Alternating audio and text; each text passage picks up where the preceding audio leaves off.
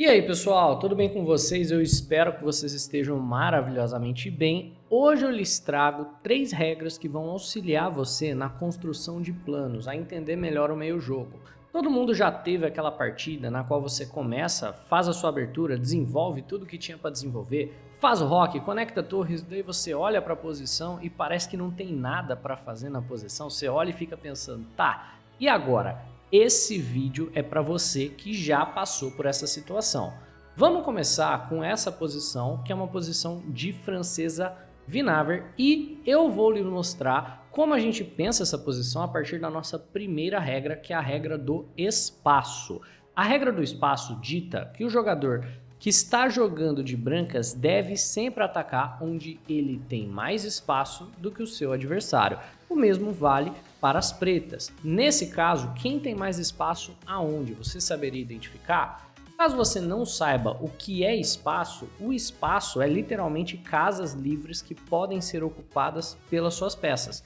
No caso, o jogador de brancas tem muito mais facilidade de ocupar essas casas. Então, nós dizemos que ele tem espaço na ala do rei. Como que a gente identifica isso só de bater o olho na posição? É olhando para a cadeia de peões. Olha só, a cadeia de peões das brancas está mirando a ala do rei. Ela está vindo para cá. Enquanto a cadeia de peões do jogador de negras está mirando a ala da dama. Brancas têm muito mais facilidade de trazer peças na ala do rei, e o maior exemplo disso é o sacrifício do presente grego. Olha só, se o jogador de pretas joga mal e faz o roque aqui, as brancas podem seguir sacrificando o bispo na casa de H7, e é muito simples de você ver como o ataque se desenvolve, porque todas as peças das brancas têm uma facilidade tremenda de se envolver no ataque, contanto que ele seja feito na ala do rei. E o jogador de pretas não tem muito o que fazer. Por mais que ele tenha várias peças, nenhuma delas consegue vir ao resgate do seu rei, porque tem uma barreira que impede que elas passem para a ala do rei. Então, por exemplo, o rei toma bispo, o cavalo vai para a casa de G5 ameaçando o rei, e agora, se o rei caminha para frente, ele se coloca em uma posição super desconfortável. Aqui as brancas podem jogar um H4, depois jogar um H5 e seguir perseguindo esse rei. Se o rei caminha para trás, dama em H5, e apesar de ter várias peças aqui, nenhuma delas pode auxiliar. Legal, né? Então, somente vendo que você tem que desenvolver um ataque na ala do rei aqui, você veria esse tipo de jogo. E é claro, mesmo que o adversário jogasse um H6 antes de fazer o roque, o seu ataque ainda estaria primariamente ali na ala do rei. E se você der uma olhada para essa posição da perspectiva das negras, você vai perceber que o mesmo é verdade.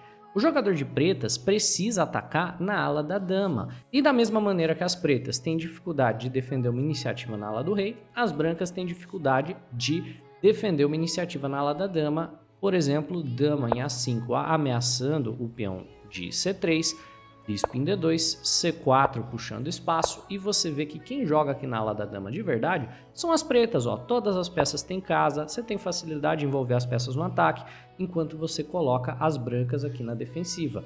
Brancas vão tentar um ataque na ala do rei e você vai tentar um ataque na ala da dama, cada qual jogando por onde tem mais espaço. Se até aqui você já aprendeu algo de novo, deixa um like nesse vídeo e se inscreve no canal. É de graça e me ajuda muito, você não tem noção. E se você se interessa por esse tipo de conteúdo e quer mais conteúdo como esse, vire membro do canal, que os membros têm acesso, acima de tudo, a vídeos exclusivos, além, é claro, de me apoiar pra caramba. Então voltamos agora ao xadrez. Vamos fazer agora um exercício. Estamos olhando uma posição do Miguel Najdorf jogando contra Mark Taimanov. Só de bater o olho aqui na posição, para que lado você acha que pretas devem jogar e para qual lado você acha que brancas devem jogar? Teve um tempinho de pensar? Olhou para as cadeias de peões, como foi a dica que eu dei? Então você já sabe, pretas querem uma iniciativa na ala do rei e o jogador de brancas quer uma iniciativa na ala da dama. E aí a gente entra na nossa segunda regrinha, que é procurar romper a cadeia de peões do seu adversário. Você está vendo que o jogador de brancas possui aqui esses dois peões conectados?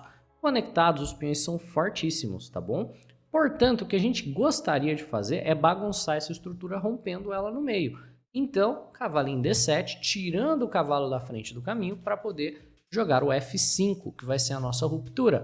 bispo em E3 por parte das brancas, preparando a ruptura dele, C5, e o F5. Por que é que a gente quer romper essa cadeia de peões? Porque nós queremos abrir linhas onde nós temos mais espaço que o nosso adversário.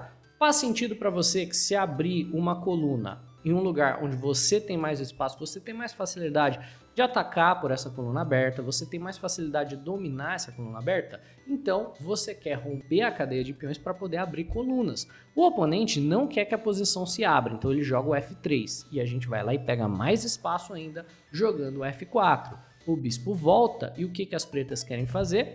G5, G4. Pode parecer suicídio, né? Parece um lance totalmente fora dos padrões. Por que é que você está mexendo os peões na frente do seu rei? Porque esse rei, por mais que ele pareça exposto, é intocável.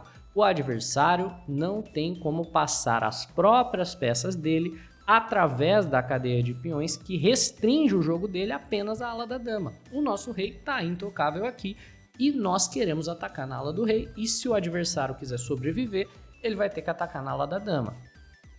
Agora vamos dar uma olhada se vocês entenderam. Trago aqui para vocês uma posição temática de gambito da dama.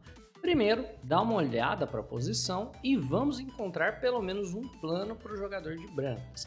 Claro, a gente quer finalizar a abertura antes, então finalizar o nosso desenvolvimento. Para as brancas faz muito sentido lances como dama em C2, cavalo em F3, né? Então, por exemplo, ou cavalo em E2 ou cavalo em F3, depende do quão cauteloso você gostaria de ser, fazer o roque, mas beleza, finalizamos o nosso desenvolvimento, fizemos o roque conectando torres. E agora, o que é que o jogador de brancas quer fazer?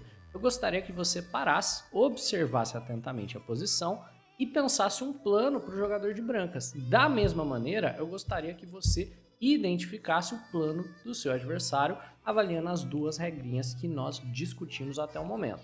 Vamos fazer o seguinte, encontre 5 lances que vocês fariam na posição, caso você pudesse fazê-los em sequência sem o seu adversário poder reagir. Esse é um exercício muito legal para você fazer, para poder encontrar planos no meio jogo. Óbvio que os 5 lances não podem ser, eu tomaria o cavalo, o bispo, a dama, não pode ser algo do tipo. São lances que vão lentamente melhorando a sua posição, beleza? E aí, teve tempo de encontrar, teve tempo de pensar? Se não, pausa o vídeo, não prossiga sem fazer o exercício, tá bom? Primeiramente, a gente precisa identificar uma questão de espaço. Quem tem mais espaço onde? Aí, basta dar uma olhada na tendência das cadeias de peões, ó. Brancas, dessa vez, tem mais espaço na ala da dama.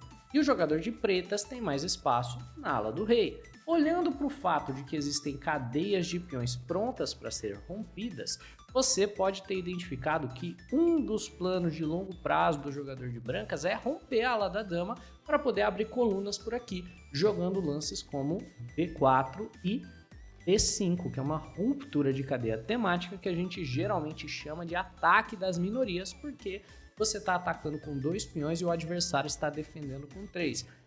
E para as pretas, o que elas querem fazer? Para as pretas é um ataque na ala do rei. Assim como na posição de francesa, se pretas lançarem um ataque direto ao nosso rei, nós temos pouco espaço e uma dificuldade de passar as peças que estão atualmente na ala da dama, na ala do rei, para a gente poder fazer um esforço defensivo. Então é lá que as pretas têm que atacar. Dessa vez eu trago para vocês um meio jogo de Caro-Kann variante das trocas. Estamos numa posição teórica. Aqui os dois lados já praticamente finalizaram a abertura, estão entrando no meio jogo. O que é que cada um gostaria de fazer? Chegou a alguma conclusão? Se não, pausa o vídeo e olha com calma, beleza? Que é a hora de você parar e testar os seus conhecimentos. Beleza? Pausou? Chegou a alguma conclusão? Eu espero que sim. Basta darmos uma olhada na questão do espaço. Quem tem mais espaço onde? Se você viu que brancas têm mais espaço aqui na ala do rei e, portanto, querem executar o seu ataque contra o rei adversário, meus parabéns, você entendeu perfeitamente. Então o jogador de brancas quer fazer o quê? Quer ocupar, por exemplo, a casa de E5, né, com esse cavalo, quer passar uma torre para a casa de 1, se possível passar a torre para frente do rei. E o jogador de pretas quer fazer o quê? Uma avalanche de peões na ala da dama, se possível, uma ruptura em cima dessa nossa cadeia, e as pretas querem executar aquele tal ataque das minorias. Por quê? a cadeia de peões das negras está virada aqui para a ala da dama. E agora nós vamos dar uma olhada na última regra, que é como você define qual é o alvo do seu plano. Porque você já sabe para que lado você vai ter que atacar, você já sabe definir como você vai fazer esse ataque, geralmente com ruptura de cadeia, mas como é que você define o alvo do ataque? Pois bem, primeiramente eu vou definir uma coisa interessante, né? Não faz sentido você atacar um alvo móvel. Por exemplo, eu de brancas, por que eu vou pilhar pressão no cavalo, sendo que ele pode simplesmente sair do caminho e se mover livremente para fora do ataque? Geralmente você tem um alvo que está fixo, ou é uma peça que está cravada, aí sim faz muito sentido pilhar pressão nela, ou mais comum é um peão que está preso. Então geralmente os alvos dos ataques vão ser os peões, certo? Agora quais peões? A base da cadeia de peões. Então aqui nós temos uma francesinha do avanço, ó, E4, E6, D4, D5 e o adversário avança.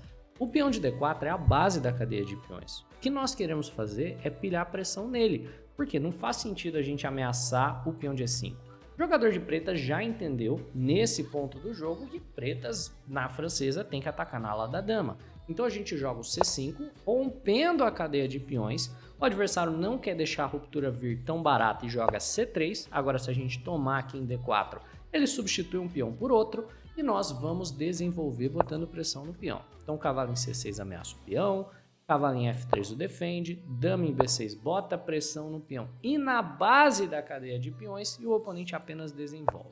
A gente efetua a troca e estabelecemos os nossos alvos, olha.